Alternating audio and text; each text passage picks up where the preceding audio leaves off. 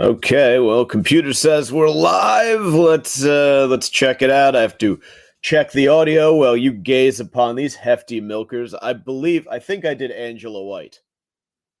I believe those are Angela White. So let me check the audio here. One sec. Let's check it out. I have to check the audio while you gaze upon these hefty milkers. I think I did. It Angela is. White. It's working. All right, I gotta close this shit. I'm sorry.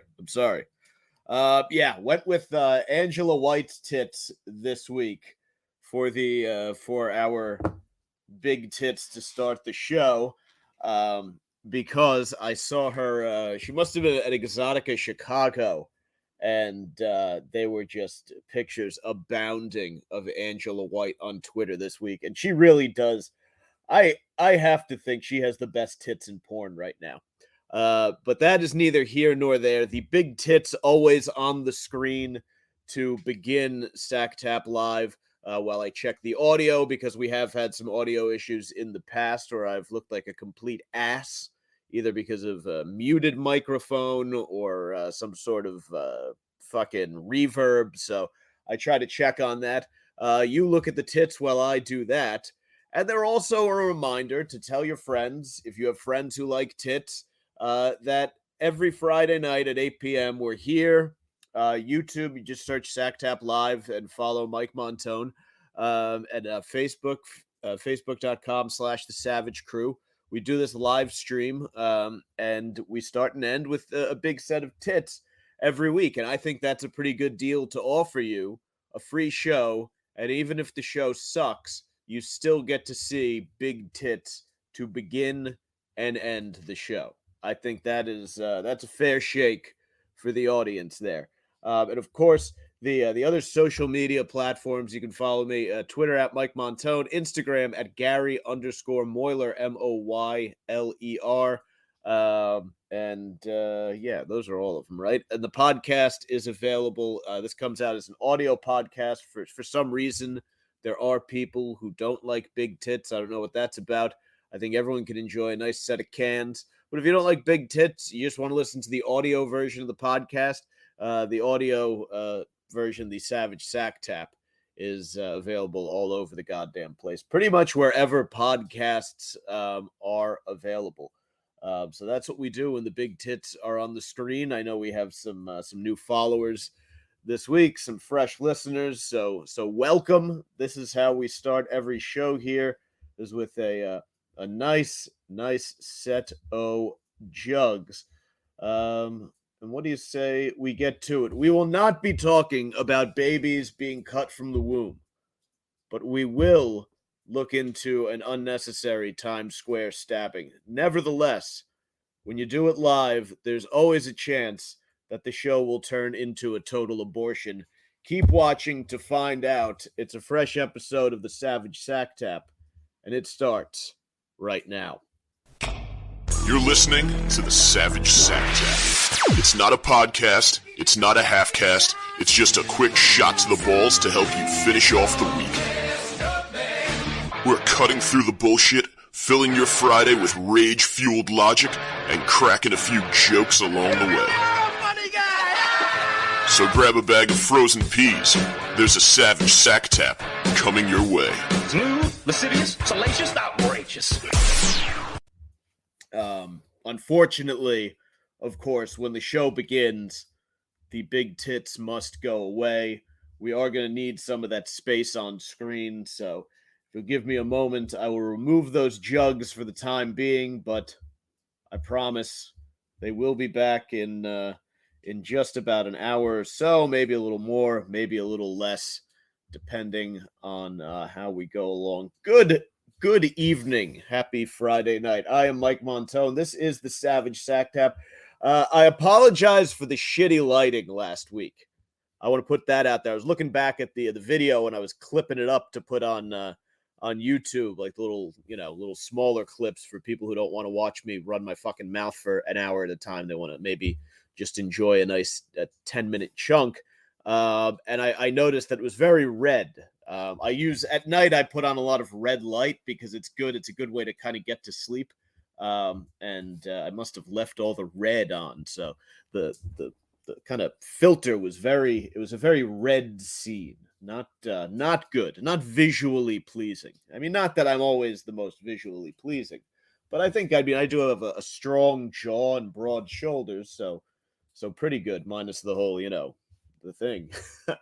But yeah, how are we doing this week? I see already some of you fuckers in the comments section. What do I think of the Cowboys draft? I think they've drafted offensive linemen in the past, and no one has been excited about it. I think the kind of consensus is that they drafted because they were drafting based on their feelings about losing the San Francisco game, where they kind of got out physicaled. So they went with some guys who are maybe a little bit penalty prone, but their feeling on them is that they're maybe a little more violent, a little more attitude, and they're guys that you can work with and kind of mold into an NFL player. Now, of course, there's a big concern there with the fact that the Cowboys are often a very highly penalized team, which I don't, you can, is it discipline? Is it coaching? Does, they're always the conspiracy theory fans who say, the league's got it out for them. So who knows? So I think it's be one of those things where, no, there's no real sexy pick, but the Cowboys do have a history of drafting somewhat well. Was Dak Prescott like a 4th round pick? That's worked out pretty fucking good. I think there are a lot of teams out there who would like to have him. So, we'll see. It's the NFL. Look, if you get drafted to play in the NFL, then you can play in the NFL. And it's the ultimate team sport. It depends which 11 guys are on the field at the same time, how things are schemed.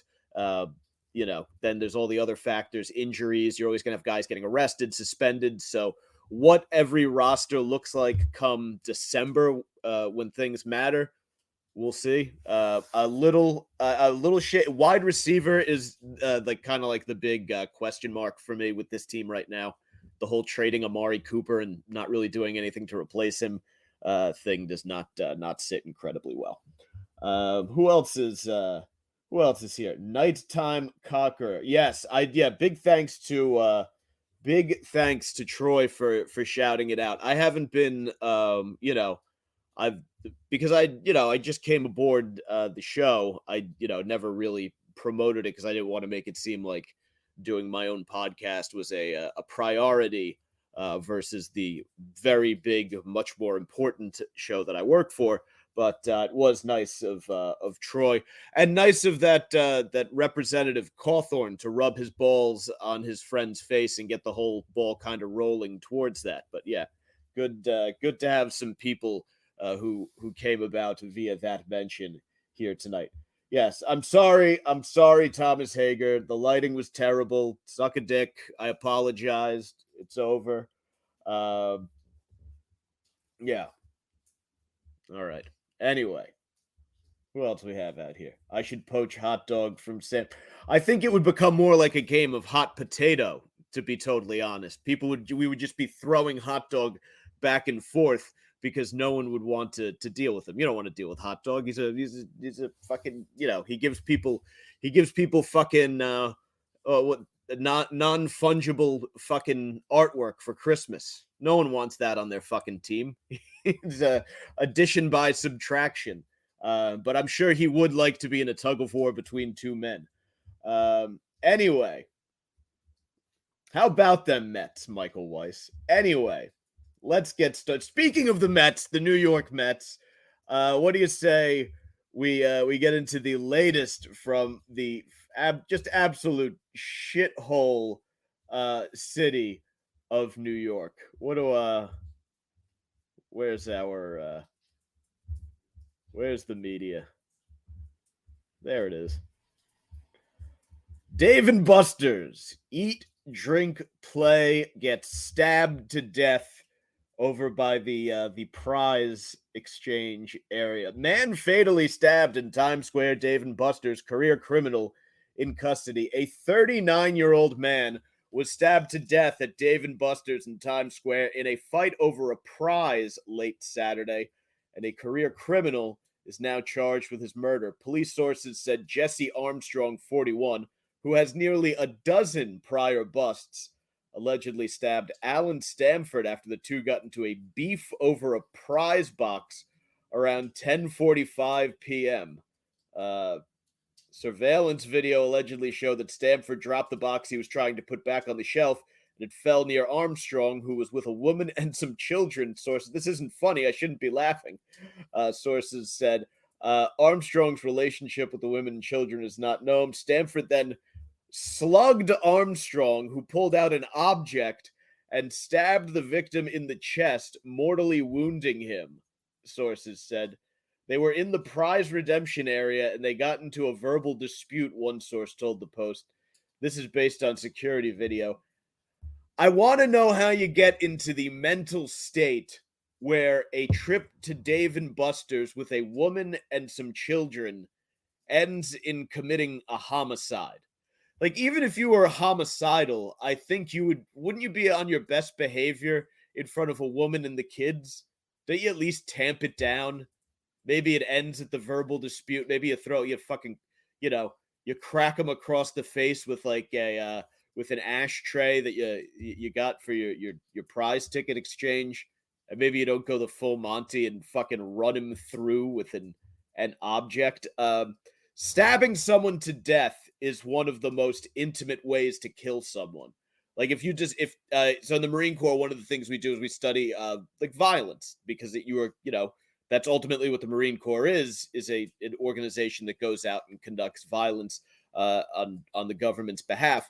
So we spend a lot of time studying sort of the psychology behind violence, and stabbing someone to death is like the most intimate way to kill them. Like that, strangling and like a bathtub drowning or like a pillow smothering those are like the most intimate ways to kill someone. So it really does seem like just a huge jump to go from a verbal dispute near the prize redemption area. And what a place to get into. That's the place where you should be in the best mood. You're about to turn your tickets in for a prize. Why would you stab someone? I understand you're out on the floor, you're getting your ass kicked in fucking skee ball. Maybe you keep getting run off the track in one of those car racing games. You keep getting killed by zombies in a first-person shooter. You're mad, and somebody steps on your sneaker and smudges your Puma, and you decide to stab them. There, I get it. But you're in the prize redemption area. You made it. You're the big winner. Go get that prize. Don't stab someone to death, is what I'm saying. It really does seem like an odd place to plunge a knife into a man's chest. I'm watching this show on Netflix. I forget what it's called, but it's like The Last Kingdom, some bullshit. One of these medieval shows where it's the Danes versus the Saxons, and that's how they settled their shit back then. Like, there was a guy who he raped someone's sister, so they came and they cut his eye out, and then the guy who got his eye cut out, he came back and burned the family alive. That it feels like this Dave and Buster's guy would probably fit in a lot better with that crowd. I really thought that was sort of, we should be past the point as a society where there's the potential for a fatal stabbing in the prize redemption area at Dave & Buster's. But no, instead, it really does feel like in present day New York City, there's a considerable regression going on. Like it's like we are returning to the Middle Ages. There are people shitting in the streets. They're sleeping in piles of filth on the side of the road. There's meat being cooked on open-air rotisseries by Arabs. There are rats everywhere. The local authorities ride around on horseback. The ne'er-do-wells are running around the neighborhood, running people through with blades. It is in every sense of the word, minus the electricity and everything and cars, a medieval village in Times Square. Like, if you found out, it wouldn't be a surprising headline to find out that someone had gotten the plague in Times Square. Like if plague started spreading this summer to homeless guys in Times Square, and then it started jumping from them to tourists, would anyone be shocked?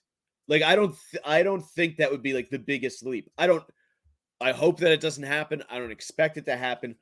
But if it did, I wouldn't be like, this is completely unexpected. It seems like something that could totally happen. And this, by the way, is the same Dave and Buster's we're talking about here, where literally just a year ago, a man was mugged inside of the Dave and Buster's. And I think to me, that is the mark of a lawless shithole city, is that Dave and Buster's is regularly the scene of violent crimes. Because it was one thing, I think, you go to, if you've seen The Deuce or these documentaries about Times Square in the 1980s, 70s, you were intentionally back then entering a sort of a den of vice and sin and lawlessness. That was part of the allure. That's why you went there. If you didn't want that, if you weren't going to jack off in a booth and then buy a bag of angel dust or whatever, you wouldn't be in Times Square. Now, Times Square, they refer to it as Disney World, which I guess is true in the sense that it's very corporatized and there are people walking around dressed as Mickey, and a lot of stupid tourists waste money there. There are some parallels, except in Times Square, the costume characters have actually been known to get violent. This was a big problem a few years ago. Like, if people weren't tipping enough, the guy dressed as Spider-Man would slap you in the face.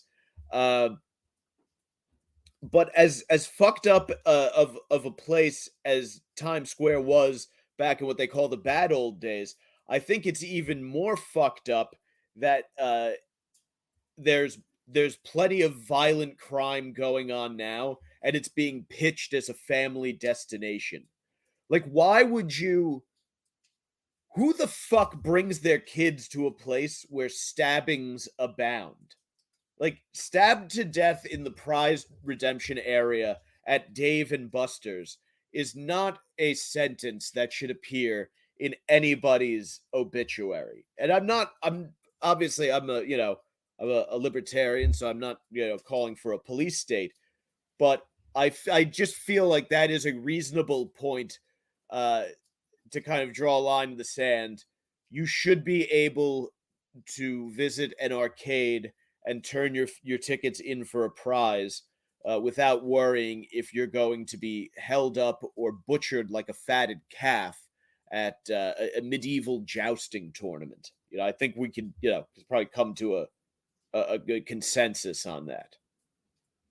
Anyway, moving on. Poor guy. A fun video to check out here.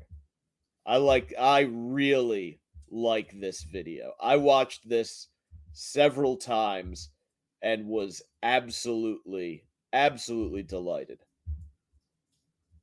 These two are the best.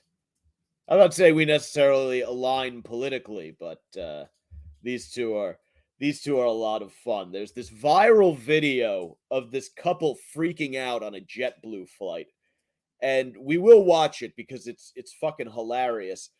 But the other reason that I like the video is that I think it kind of proves a point that I've been trying to make on the show for a while. And I'm not the only one to point this out. I think a lot of people have kind of intimated this before. Like Bill Maher has said it. I think Tim Dillon's mentioned it.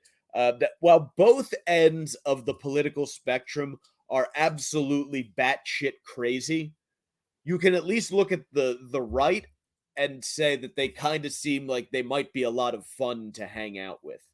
And I think I have a couple videos here that exemplify that. But if you think about it, they're chanting thing. The "Let's Go Brandon" is very funny. They like to play with guns.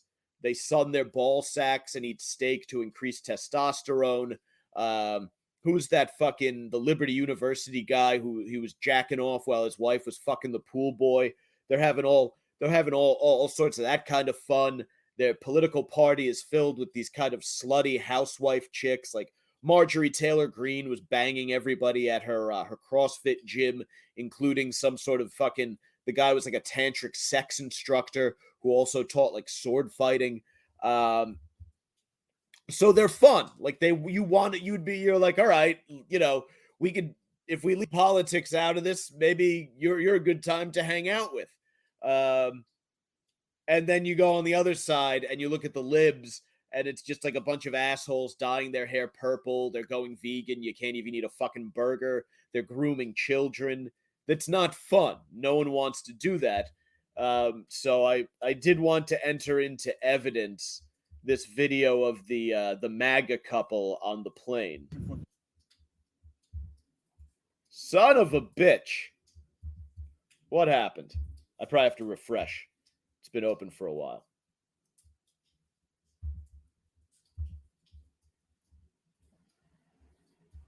Abu.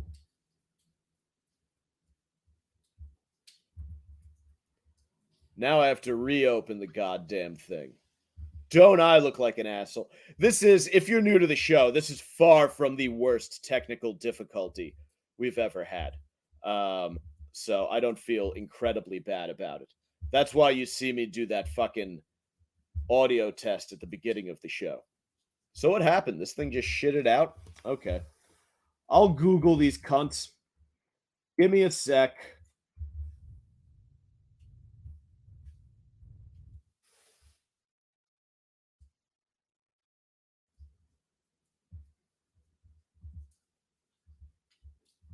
Guess we're going to have to... Oh, here it is. Sweet.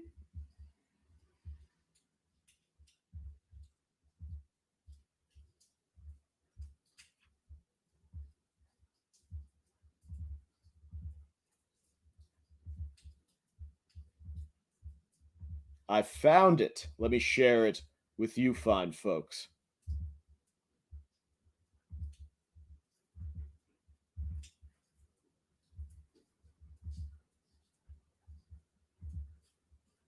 Free speech is dead. Excuse me, didn't do anything. No, we're not coming off. And you're gonna have to take everyone off. This is ridiculous. You guys see what's happening in America? You didn't like what he said, and now we're getting kicked off a plane. And all of you all are gonna have to wait. This is fucking outrageous. You guys, we're gonna turn into China. It's coming. Sheep, sheep, sheep. Clearly, the president or the master people didn't like what I said. How much? Like, I love, everyone hates a fucking Karen, but I love taunting. I am a big fan of taunting. And especially just calling them the mask people. Because let's be honest, mask people are kind of assholes. Like this woman, I'm sure on a day-to-day basis, huge pain in the ass. But there is just something I can get behind about a booze bag ranting about China and mask people that I'm like, oh yeah, you're a good time. If I saw you at the bar, we would have fun. Really? Really? Oh, I love Elon Musk. He is the best. And like just throwing out petty shit like that. Like I love Elon Musk. Because all of these assholes on Twitter were being very performative in their hate for Elon Musk. So just saying that as like it's not even that it's that funny. I just enjoy that she knows, like, sure, is there something wrong with this woman? Yes. But she's also happy to just sit here and taunt people that she knows has liberal sensibilities who could also be a bunch of cranky fucking cunts. And I'm sure whatever happened was probably like, we don't see the beginning of it, and she is a boozed up nut job. But, who knows how this really got kicked off. So I do appreciate the firing back with Elon Musk. Like, it's just so unnecessary. But she's just like, oh yeah, I'm probably dealing with a bunch of liberal cunts. Let me throw Elon Musk out there for fun. Elon! He is the fucking king! Because the math people in our row are kicking us off the We're plane. off the train because the Kicking us off. You know what? It's a beautiful... Also,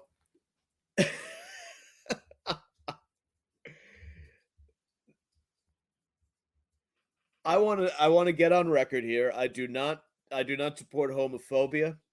I am a proud ally of the lipstick lesbian community, but I also appreciate that this guy, while his wife is shouting for Elon Musk, just starts hurling around old school F-bombs, which I think, to me, is in and of itself is pretty endearing. And again, not because I support or condone any kind of homophobia, but that word was a cornerstone of 90s shock culture. And I do support the historical preservation of that moment in time, right? That word is sacred to me as a guy who grew up at the cafeteria tables of the 1990s and the early 2000s. So with this gentleman, by calling the liberal to his left the three-letter F word that we're not allowed to use anymore, it does, I think, a great service to that moment in American history. As well as, I believe he goes on to call them pussies, too. Beautiful day. I'm happy to stay one more night. I am suing you. What is your name, sir? I'm suing you, and I'm Hey, suing... buddy, I guarantee I and have I'm more money suing than the you. airline. Oh my You're God! a fucking I jerk-off. have nothing to do. Also, just calling someone a fucking jerk off again, it just rules. Like, and that's it. And we're gonna watch. I have a libs of TikTok video coming up to show some wackos from the other side to prove my point. But like, just calling, I love just casually calling someone a jerk off. Like, hey buddy, you're a jerk off. Like that, I find that very endearing. Okay. And again, obviously there's these people probably have some sort of drinking problem. And I'm sure they're a lot to deal with at like a board of ed meeting, but objectively, I bet you could have a decent time partying with these two nut jobs. Like, I bet this is a flight from Florida, I think Palm Beach or Fort Lauderdale, or one of those places where New York scumbags go to get drunk in the sun during the winter months. Oh, I'm offended. I used to get He did it again, and that time he sounded like Dice saying it. I'm on a Broadway, faggot. and I'm not getting that fucking vaccine. We Take didn't off do bank suspicious anything. We did nothing. Trump's gonna win there. Shanghai, guys. I love this woman's obsession with China. I mean, she's not wrong.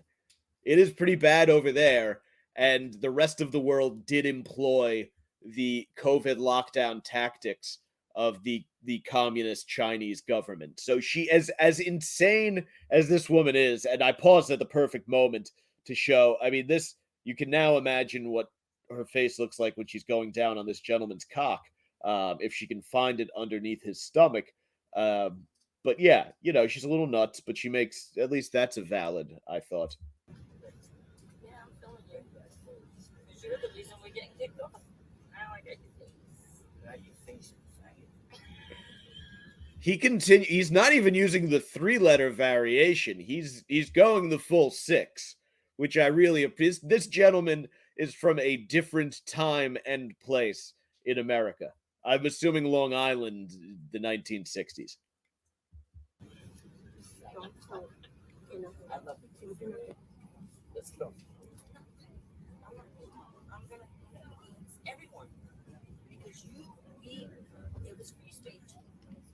Now Gene is wrong. No, Gene is Gene. I'm obsessed with this guy's fucking belly, by the way, too. Like, I am fascinated by dudes who go around with those big, like, hard, that's like really unhealthy fat that does that. The fat, when you see guys like with those, like, they have like those cannonball bellies that are really hard on the outside. That's like the peak of bad physical health. So I'm obsessed with this guy's gut. Gene, we're not getting off. Excuse me. It's our anniversary. No. Man, I'm fine. You little faggots. Do not get off. No. He loves her. He just throws that fucking word around. Oh man, yeah. Like, could you imagine, like, watching like? I would love to know who this guy's like favorite college football team is, and just go hang with him at the bar while they're getting their asses kicked, and hear his opinions on the work ethic of different ethnic groups and such. Yeah, this is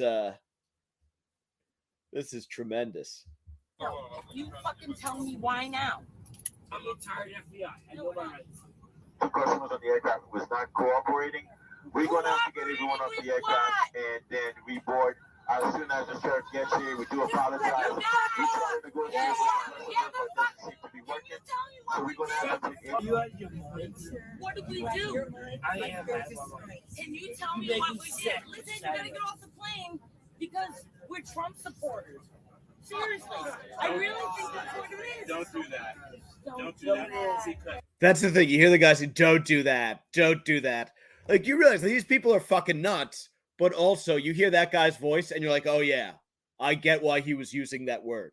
Like, this is like, that guy is probably annoying as shit, and I bet he probably did say something that these two booze bags either heard, or it was directly to them, or something that got the whole thing going, and then they just went totally fucking ballistic, and things got a little out of hand. It's the thing. Freedom off the plane when we did nothing wrong. It makes them right. It's fucking wrong. Yeah, put it on YouTube. Actually, you got it facing the wrong way. Yeah, okay.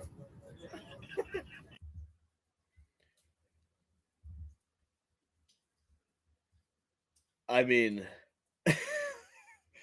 it was fun. They do seem like they would be entertaining people to be around. Like, again, probably wouldn't want them to babysit my son. There's probably, a lot of, he probably thinks that, I could see this guy explaining why like black athletes are faster and telling kids that they have like an extra bone or something like that. Like, he seems like there's a little Jimmy the Greek in this guy.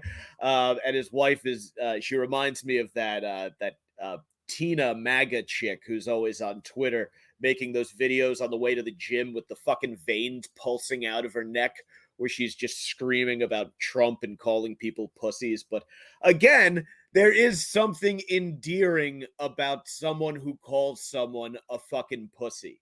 Like, I like it when I hear someone call someone else a pussy. I know I can be comfortable around the person who is using that word. Like, Adam Carolla still calls people pussies a lot. Like, he's a person in the public sphere who still throws around the phrase pussy, which I appreciate. There was one during COVID, I think he said, oh yeah, here, Adam Carolla vows, "I'm not fucking apologizing to any of you assholes over COVID take." Adam Carolla is not fucking apologizing for his Twitter take, "How many of you pussies got played on coronavirus deaths and societal shutdowns?" Yeah, so that's it. You hang out. Again, this isn't a political endorsement, but you hang out with the crazies on the MAGA side, and you get guns, you get sluts, you get bad words, you get raging alcoholism. It's objectively, those things are at least exciting. And even if you don't love them you don't want too much of it, you're like, all right, I'm not moving to a farm on Alabama to talk about whatever. What do they do? Jews will not replace us. Walk around fucking tiki torches, all that shit. You're not doing that, but you're like, okay, Yeah, I get it. I could go out and shoot an AR-15 while dropping F-bombs and shotgunning Bush. That could be at least that's an afternoon. It's a good time. It's a bachelor party. On the other side, we do have some crazies, and this is really to prove my point about who would you rather hang out with. Let me share this.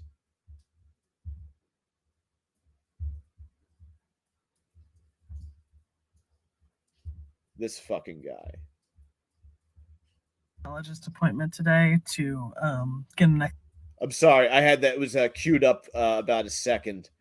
I don't know. I think he says the whole word. I had a gynecologist appointment today. Yeah, if you missed that, he had he or she or whatever's going on here had a gynecologist appointment.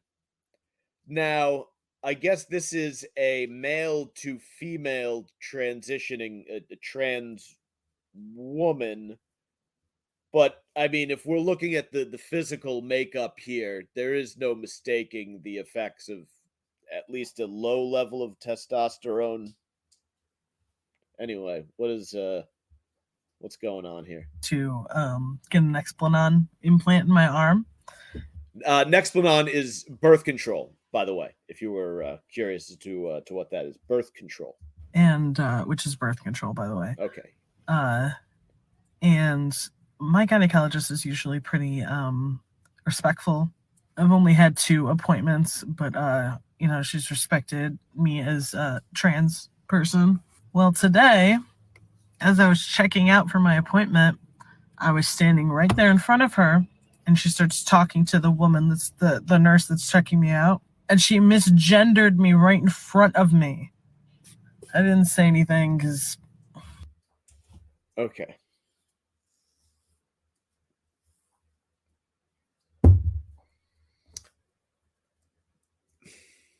So I'm not even going to get into the whole thing. We understand that biologically, birth control probably isn't even necessary for this person. But you get the point, right? This isn't about misgender, whatever. You see what I'm saying when I talk about objectively, who would you rather hang out with? Like, what you're watching here is, this looks like a sort of this is a grown man transitioning to becoming a woman, I guess, but looks like kind of the fat kid in every 9th grade class who's starting to sprout a little goatee. So would you rather listen to her or them or whatever cry about not being able to go on birth control and live out whatever fucking Reddit fantasy this whack job has about this fucking gender thing? This, I'm sure, has more to do with parents that ignore them. Some whatever fucking psychological thing is clearly wrong here. Or would you rather hang out with those 2 fucking booze bags from the plane who were just on who are on such a great bender in Fort Lauderdale that they figured, hey, we'll keep it going all the way through the airport onto the flight.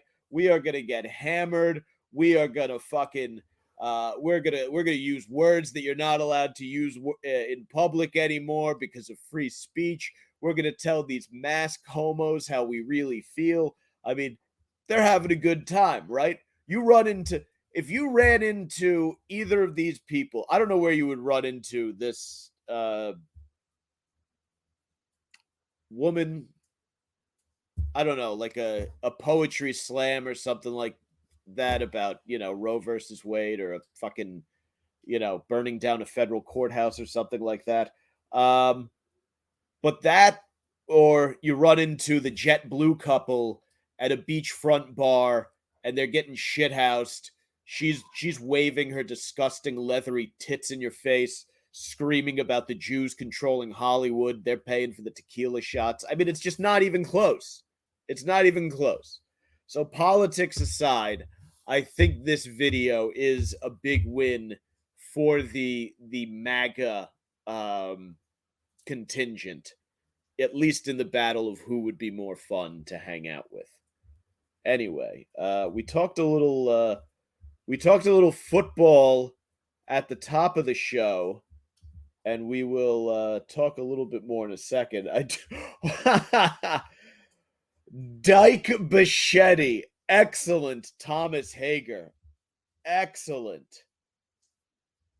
Well done.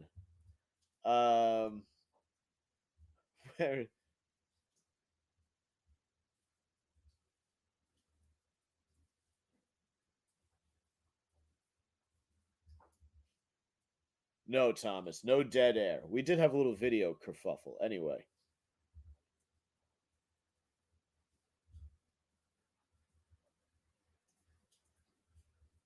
Okay. All right. I did just want to take a little peek on the comments section. Anyway, there is I do have another piece of media to share with you. We were talking a little football at the top of the show.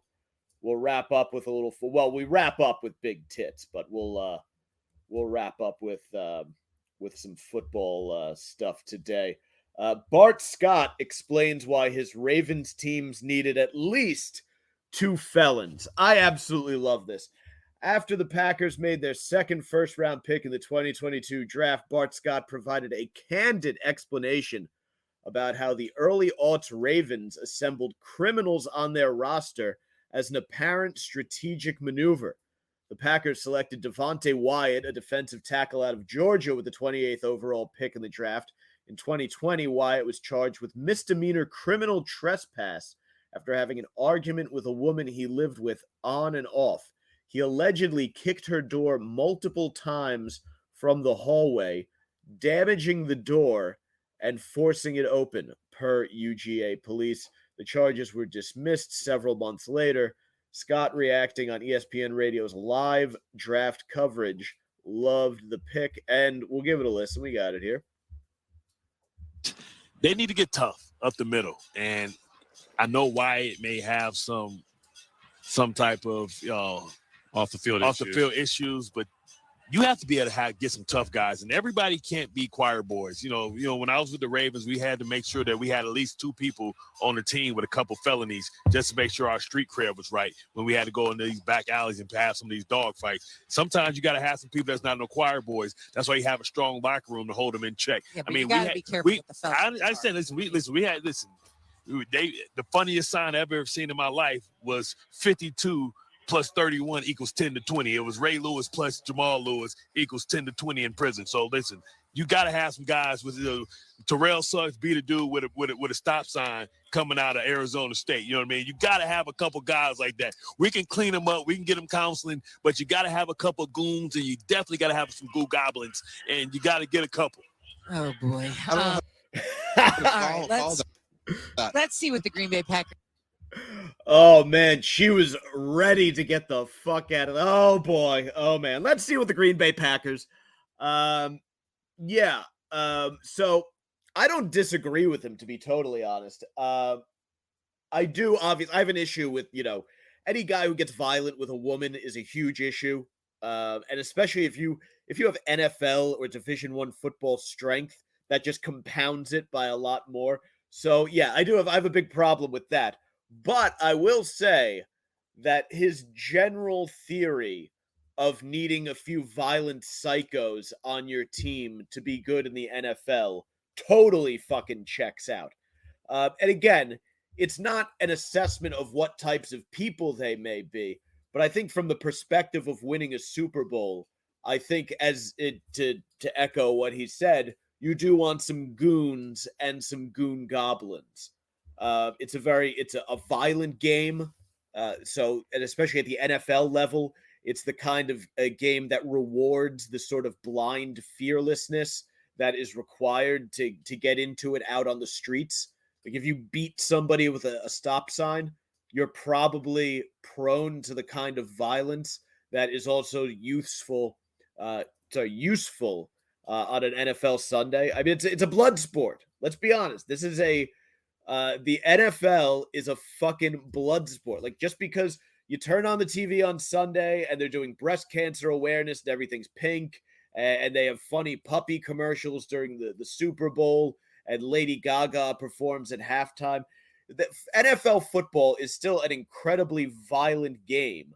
So it does make sense that if part of a team's identity was to be a tough team, that you would want to have a couple of violent felons on the squad. I don't think that's like a huge reach. Like, now, you don't want too many of them because they may, if they run amok, it could become a problem in the locker room. All of a sudden, you got, Aaron Hernandez is fucking, he's driving by and then he's sucking cock and hanging himself in his prison cell. That's a little too much. You don't want that.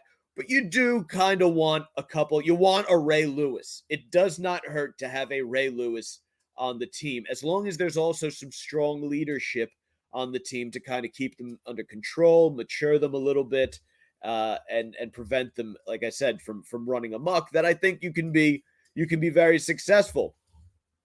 Like, if you look at the Dallas Cowboys of the early 90s, those guys were fucking nuts.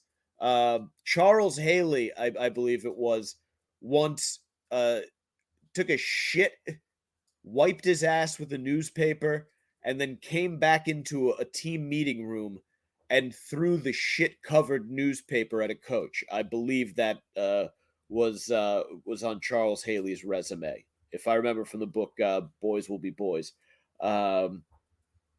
Michael Irvin, they used to say he would stay out all night drinking and doing cocaine and going to strip clubs, and then the next day he'd be on the turf in Texas in like 100-degree heat, and he wouldn't go inside until he'd caught 100 passes, and he would make the rookie receivers stay out there with him too, and then he'd make them go out drinking again. And I believe he also almost stabbed a rookie in the neck during a locker room fight over a haircut. So you do need to be, and these guys won 3 Super Bowls, so you do need to be a little fucking crazy to win in the NFL. So I don't totally disagree with him. Again, my issue is only on the fact that he's doing like violent stalkery shit to women, which is it's a bit of a red flag. You know what I mean? But I think, the contention that an NFL team is better off with some violent psychos on its roster is absolutely true. In any case, I wanted to wrap up on that one. Let's jump into the comments section and see how you fellas are doing. That's true, Thomas. OJ is only fiscally responsible for the murder. Hey, Twitter, it's yours truly. And he has a great Twitter presence. People forget that about OJ. Good at so many things. Being found not guilty. Well, I guess he's 50-50 at being found not guilty. He's great at being Nordberg in the Naked Gun movies. He was amazing. A great running back and a great social media presence. Hey, Twitter, it's yours truly. Like, I get excited every time I see, if you can put the other shit out of your head, if you don't think about that, he is a delight. Like, he would be hosting, Michael Strahan would be out of a fucking job if that whole mess hadn't occurred. Like, OJ is he is built for the camera. He is camera ready. He's charismatic. It appears relatively fit now that he's out of jail. He's out on the golf course. He's eating sushi. He's playing fantasy football. I mean, tell me there's not a fucking O.J. Simpson reality show there. Someone has got to do it. Someone has got to do it. Was that Bill Wyman? Was that a Rex Ryan defense? I was pretty young when that. I think was that like 2001 or so. So it was a little long ago for me to be able to remember. I was mostly concerned with masturbating at the time. Oh, could you imagine? Yes, Thomas, an O.J. Simpson podcast where he does live reads for Ginsu knives. A fucking, hey, it's yours truly, and I know a thing or two about knives. That's why I can tell you that Ginsu knives, yeah, he would be amazing. Eli, correlation of violence, not necessarily the cause for athletic ability. No, but if I would say, given NFL caliber athletic ability, right, you're not going to be in the NFL draft if you don't have that ability. And then you throw in the sort of reckless, missing frontal lobe elements that make a person prone to such violence. There's definitely a place for you on the professional football field. You kind of have to get it under control. How bad are Jim's farts? I truly have not caught wind of one. There really must be something in that room blowing it around. Yes, I will thank Troy for letting it be known that I do the show. It was quite nice of him, and I very quickly plugged the YouTube channel because that is where I would like to direct you, fine folks. And while I'm here going through the comments, let me reward you, people who stuck around, because that is what we do at the end of the show. We throw up a big set of titties on the screen. The Goldmans, I guess, would get the cash from any media that OJ does, because the only thing they can't go after is his NFL pension. I guess that's guaranteed.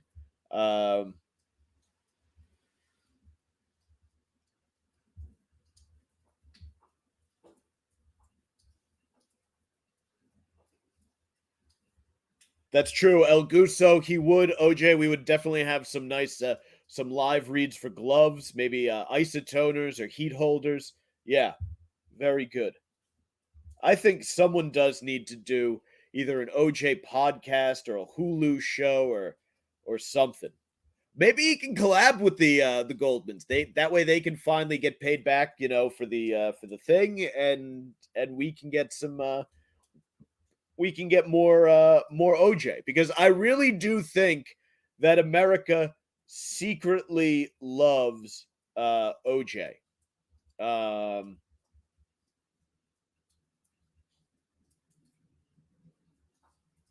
A man using both his hands to stop an offensive line has no hands left to put on a woman. Very, very deep, Nighttime Conqueror. Thank you. Thank you for your contribution. Felons do need jobs too, Nighttime Conqueror. A fine point you make, yeah. So sort of a progressive political position to draft violent criminals into the NFL.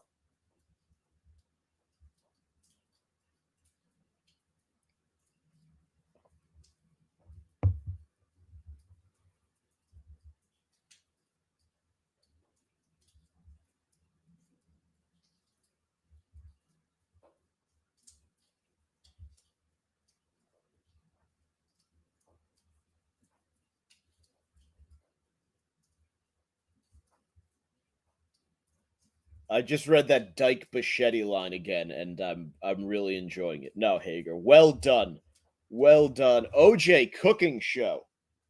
Yeah, I can get in on that.